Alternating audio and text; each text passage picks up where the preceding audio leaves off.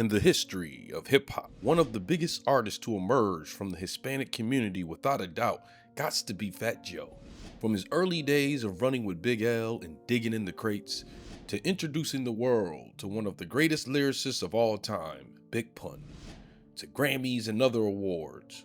What happens when one feels their own accomplishments aren't enough, and they become prone to embellishing truths, to flat out being accused of making up stories? Where he's out there talking and you let us liar talk. You know what a liar's gonna do. See, Fat Joe get a lot of slack, bro. Hey, Fat Joe, can you tell us a story? So this one time I'm in the Bronx. Here lies the tales of the rapper Fat Joe, who has placed himself on Mount Rushmore of rappers with the most questionable stories, classic stories. He would wake up and be like, pass me the book. And he would have a whole song. He would write it in his sleep. Lazy stories. By the way, I was born in the hospital in the Bronx when Larry Davis shot them cops right across the street. I had an army since I was in kindergarten, bro. Fat Joe, I'm telling you. And scary stories that seem like they came straight from a campfire. I'm probably the only rapper from New York that had physical beef with the West Coast. Right, there's a true story. My babysitters made up the, let me hear you say ho. These are the not so true stories of Fat Joe. In 2025, if you are an older rapper past your prime trying to stir up controversy, who would be the best target? That's easy. Why not characters bigger than life that are not here to say, "You lie! You lie!" Of course, Tupac and Biggie. I was really offended how Tupac and everybody was like, really disrespected New York. Before we go too far in this video, please do me one small favor and apply pressure to that subscribe button. Yes, apply pressure to that subscribe button. Similar to Snoop Dogg, sometimes it can be hard to denote whether these Tupac stories are authentic. Being, of course, Tupac is no longer here, Fat Joe would do exactly that by once implying he pretty much is one of the reasons Tupac was kept safe in jail. Tupac's in jail in New York, upstate, like an hour. So the Spanish guys, the Puerto Ricans, start trying to put pressure on Tupac. And they, you know, yo, you got beef for Fat Joe, puppy? Yo, is this, you know, and it was really strong where he was at. And he gets on the phone and he says, yo, I don't got a problem with you. Like, you know, this ain't got nothing to do with you, this and that. But you know, these Spanish niggas, they think I got a problem with you. They putting crazy pressure on me, you know. So I had to send a kite and let all the Latinos know, and they're like, yo, I ain't got no beef with Tupac like that. I just said that, he's cool. And then they wind up, you know, being allies. Napoleon, a member of the Outlaws, would address this, and it sounded like he did not want to upset Fat Joe, but everything wasn't adding up. People got to understand what Fat Joe said, because I was there, I heard it out of Pac's mouth saying that Fat Joe peoples held me down. So people got to realize what held me down mean. Held me down mean looking out. You know what I mean? Like, so for example, if somebody just say, here go something to drink, he held me down. I was thirsty. Here goes some money in my pocket. He held me down when I ain't had nothing in my pocket. So he never said that his people protected him. From what I know, I don't know if he said in the interview that I didn't see, but what Pac told us is that his people held me down. So Pac never said that his people protected him. See, Fat Joe get a lot of slack, bro. I don't recall Pac ever saying he had an issue with with anyone in prison. Now, this is another famous saying that Fat Joe had about legendary Tupac. But once again, it's just another story, a part of a long list of things that Fat Joe has said that there's always somebody around to say, "You're lying!" So shout out to Joe. I don't have nothing against him. I like him as an artist. I think he's dope, he's thorough. But I have to disagree with something that he's been saying on podcasts about Pac calling him about some Puerto Ricans putting pressure on him in Clinton. Tupac's cousin would come out and be more precise, stating this was far from the case.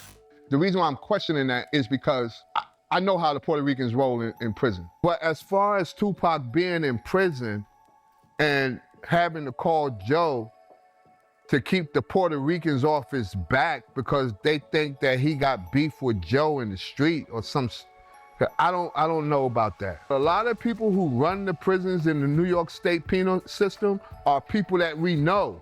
Of course, the stories don't stop there. This would definitely be a question that people had to ask is, how did Thug, Bone, and Harmony do a song with Tupac? Because Tupac didn't like people using that word thug.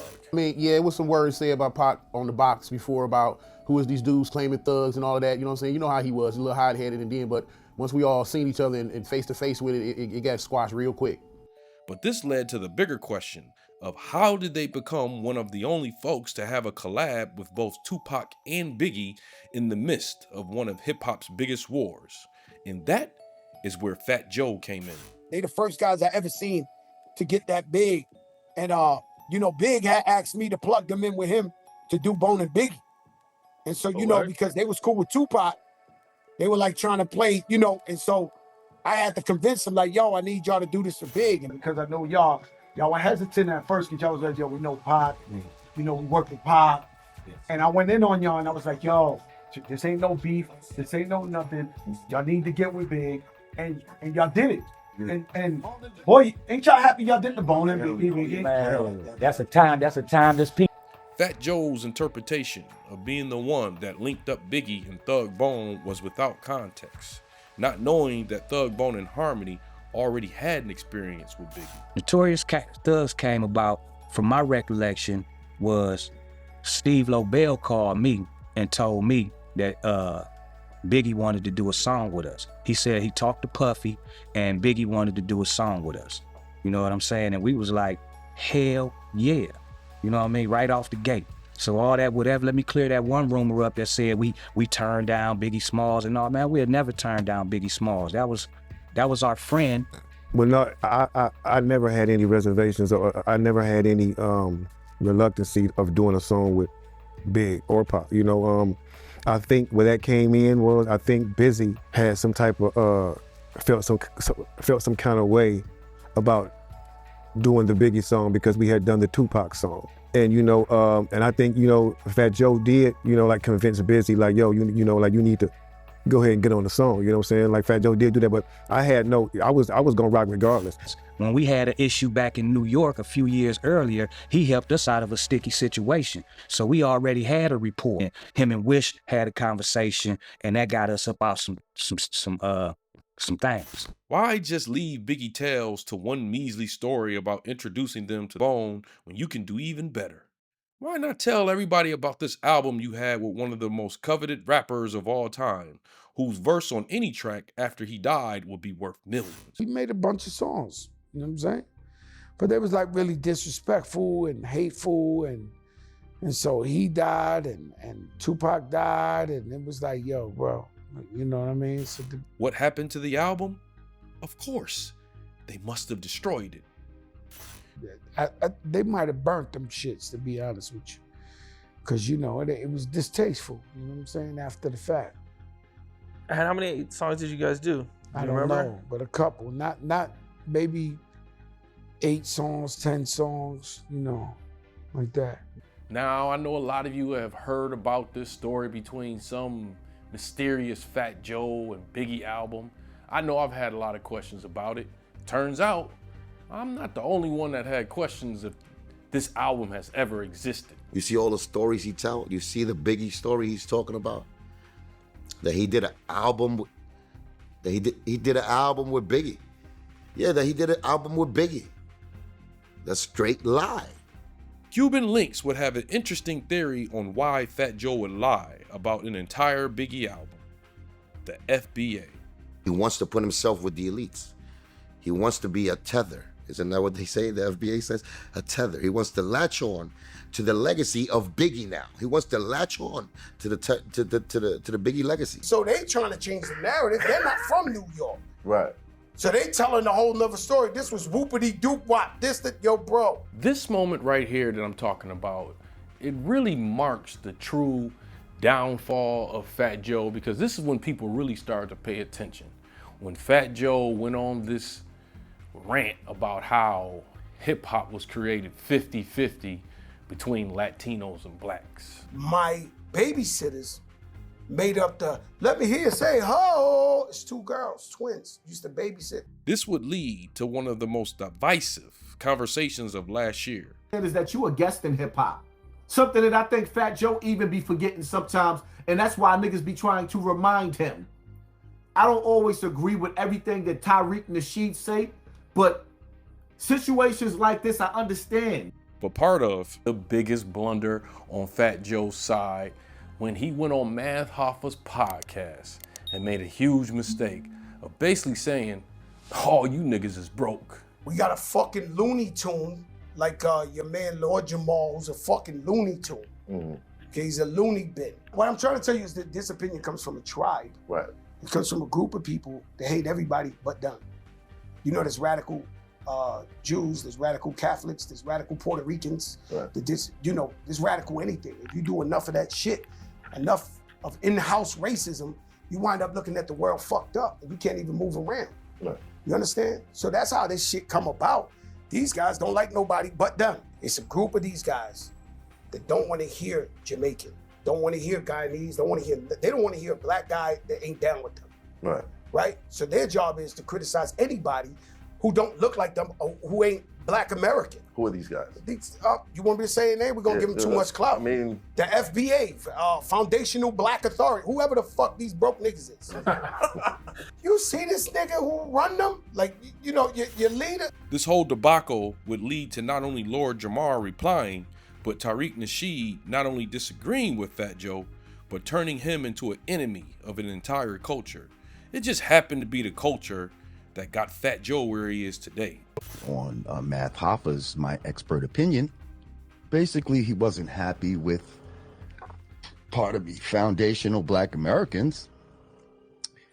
He attacked foundational Black Americans. He attacked me. There's no small group of anything. There's 43 million foundational Black Americans, and they kind of feel a certain way about the actions of a white Latino who's running around here trying to pull rank among Black people. After you've been eating on foundational Black American culture for this long.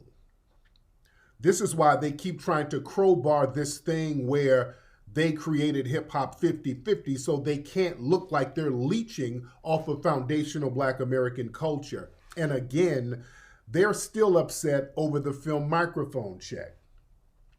The movie Microphone Check shut down a lot of those lies. All these people who have been ingratiated by hip hop is that if you took it back to your so-called roots or to your motherland or whatever the case may be and asked them to support you, you would not be where you are today. And just Fat Joe sitting up there, a white Latino using the N-word over and over again, and he's in a room full of Caribbeans. Our brother Math Hoffa, he's Caribbean. From what I understand, many of the other gentlemen in the room were Caribbean, and a lot of people felt a certain way about that too. Soon, doctored videos of Fat Joe getting booed begin to appear, because lies attract more lies. You're lying!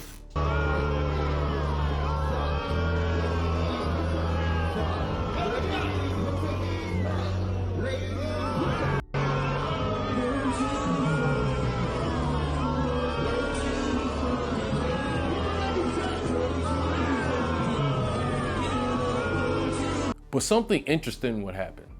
This particular time, instead of someone else coming to say that Fat Joe didn't know what he was talking about, Fat Joe kind of did this on his own. Particularly people from the Bronx, particularly the people who were the pioneers, who were there at the beginning, who told the truth about the beginning of hip hop, and it was not 50-50. It wasn't 50-50. Now we gotta understand Fat Joe, people have accused him of being a pathological liar. I had a Cuban father. He was telling me the plain truth. He was like, you're not going to make it. Have you seen any Spanish guys make it in this shit? You're done. So my father actually saw hip hop born. He was like, there's no other Spanish people doing this, Poppy. Like, you have no chance. Fat Joe, a consistent host of the BET Awards, would make an unexpected announcement. The BET Hip Hop Awards for third consecutive year. You know, thank you. I resigned as host of the BET Hip Hop Awards. From this moment on, a microscope was placed on Fat Joe and every story he told in the past One of the most criticized ones has got to be the gym story. What were you like in high school? Terrible. The biggest bully. I once robbed my whole gym, the whole gym. Like 70 kids robbed them? without a gun. Like, yo, everybody give me your coats, give me your Walkmans, give me your this. Some of the kids I was actually cool with. And I was like, yo, run it. Everybody, run it. I couldn't even carry it. Some of the guys I robbed had to help me carry the stuff with them. Terrible. Now, of course, there's really no way to confirm this crazy story by Fat Joe. It's just like a list of other things and other stories that Fat Joe has told. It just don't sound believable. Because I did a list, Fat Joe's top 5 biggest lies. One of the biggest lies was that he said he robbed a whole gym, a Bronx school gym, the Bronx. I saw Fat Joe when he was younger. He was a fat kid. Now, knowing how gyms are at recess in school, at any given moment, there's gonna be between 70 to 150 kids in there at one time, right? He said he robbed 70 kids by himself at no weapon. Comedy, along with the internet, has its own way of showing this. What were you like in high school? Terrible. The biggest bully. I once robbed my whole gym. The whole gym.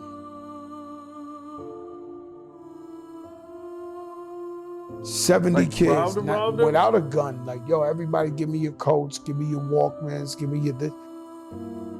Some of the kids I was actually cool with. And I was like, yo, run it. Everybody, run it. I couldn't even carry it. Some of the guys I robbed had to help me carry the stuff with them. Terrible. Hey, Fat Joe, can you tell us a story? So this one time I'm in the Bronx, and I got like 10,000 guys with me. Some very serious guys. And at the time, I'm already Fat Joe the rapper, and I'm walking around with some of the most gangsterous guys in New York City history. And I know the internet is gonna say Fat Joe, he's a liar, he's a capper, but I've been around. So we in the Bronx and we walking down the street, and we see this group of people by this bodega.